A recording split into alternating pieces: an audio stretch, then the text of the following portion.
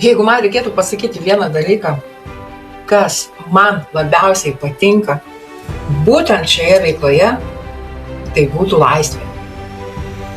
Ne ta, kur tu nieko nedarai, o ta, kur tu renkiesi, kada dirbti, kaip dirbti, su kuo dirbti. Ir dar vienas dalykas, tai yra žmonės.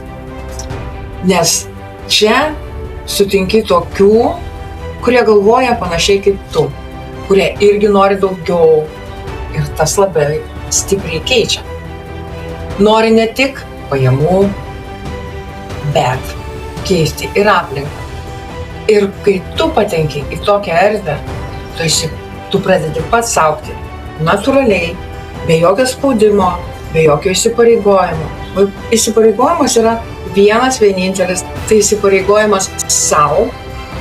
Jeigu aš noriu daug, aš turiu daryti daug. Jeigu aš noriu mažai, galiu daryti mažai.